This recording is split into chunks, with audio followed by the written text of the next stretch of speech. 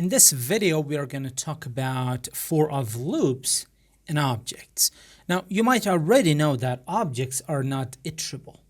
So we simply cannot use for of loops with objects. I'm going to show you an example of that right now. Let's say we have an object that is const person.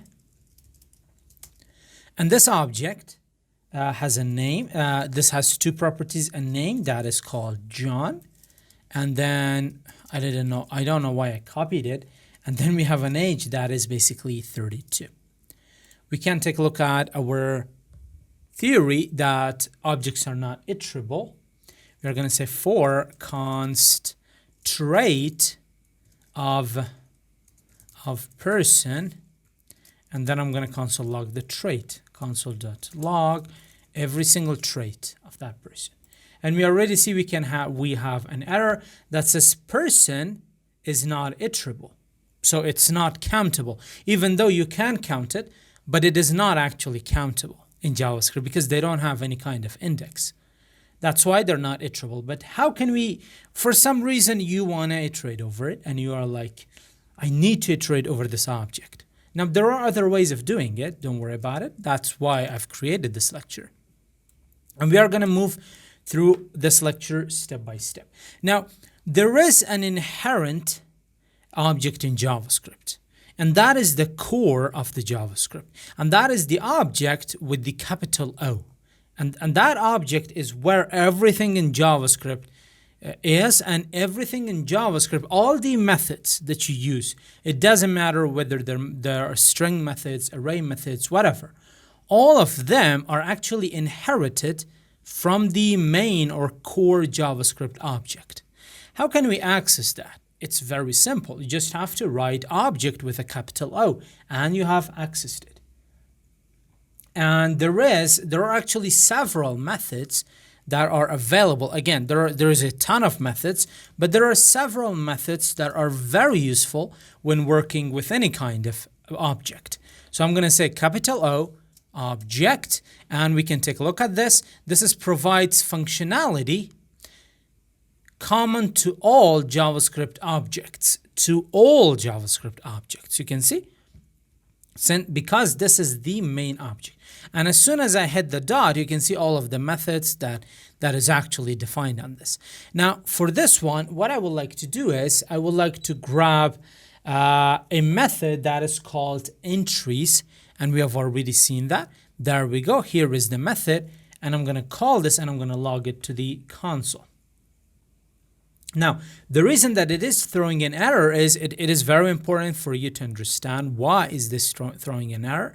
It's saying uncaught type error cannot convert undefined or null to object. What does that mean? It means that the entries, when we call it upon the main object of the JavaScript, it has to have something that is an object. If it doesn't, it means that there is either undefined or null, which they cannot be objects. So I'm going to pass in this person object right here, and I'm going to save it. And I can see we have an array of two arrays. So for the first index, for the index of 0, we have name John. You can see name John. And for the second one, we have age 32. So we got the entries.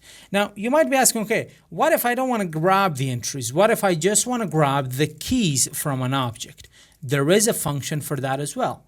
It is object.keys. Object.keys, when you pass in any object into it, it's going to give you, it doesn't matter how big the object is. Even if there are 1,000 keys in that object, it's always going to give you the keys for the object. And you might have guessed it correctly, there is actually another method that is called object.values, which is going to give you the values for all of the objects. Now, this is very interesting. And you might be asking, okay, why is this interesting? Because we know that objects are not iterable. But what this object.entries, it returns for us is an array. And arrays are iterable. So we have just unlocked this a new power that we can use to iterate over objects, even though objects are not iterable. So I'm gonna comment this one back in, comment this one out. So what we need to do is we need to change our syntax. I'm gonna grab this, copy it, and put it right here. Now, what I would like to do is, first I'm gonna run this, and then we are gonna destructure the values as we are iterating through that array. And now you can see, what is it giving us? It's the same thing that we had in our previous lecture. We have name, John, age 32. Now, how can we destructure this as we are iterating through it?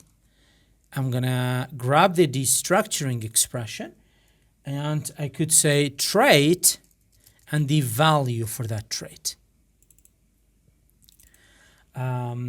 Let's use our template strings.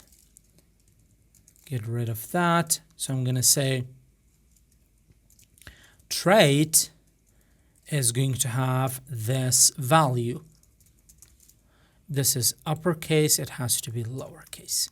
Let's save that, there we go. So it says name is John and age is 32. And now this is how you can iterate through objects.